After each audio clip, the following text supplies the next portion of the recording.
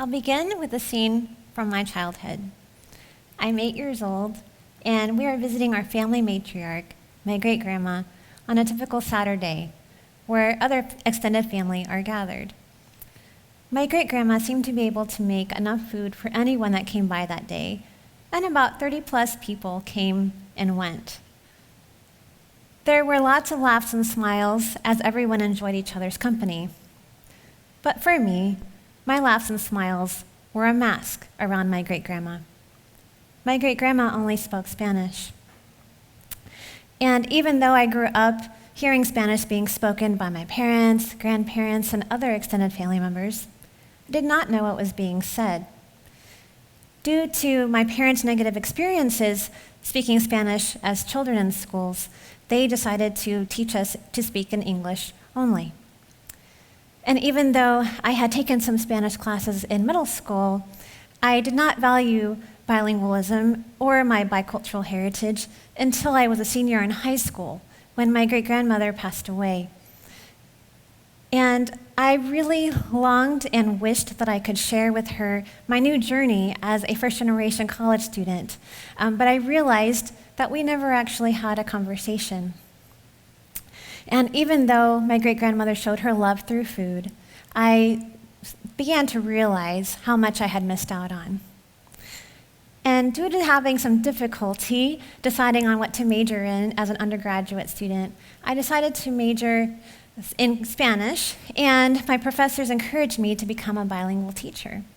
And after attending a career fair, I was offered a position as a first-grade bilingual English-Spanish teacher in first grade upon graduation.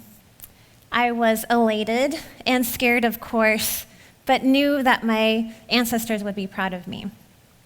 And so once I began teaching, I quickly realized that the Castilian Spanish I learned in college was largely unfamiliar to my Spanish-speaking first graders who were from various countries and regions.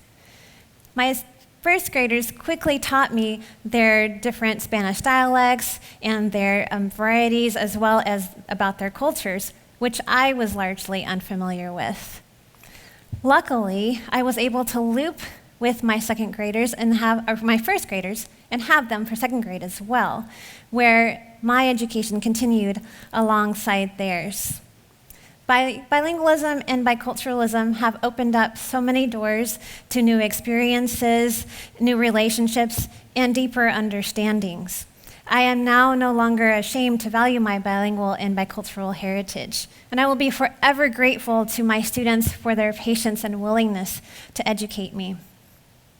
Nearly 2 years after my first day as a bilingual teacher, I obtained my master's degree in elementary education with a specialization in bilingual education. And 1 year later, in my second grade bilingual classroom, I had a new experience on the first day of school.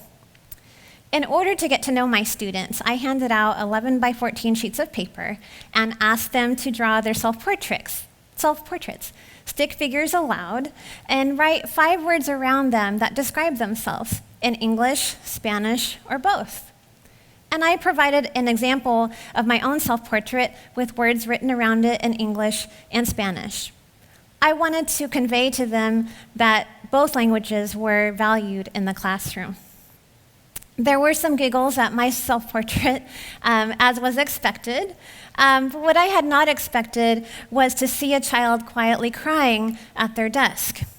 I walked over, knelt down, and gently asked, "What's wrong? Are you okay?" And his cries became a little more audible at this point, but between tears, he told me that he did not know how to write in English or Spanish.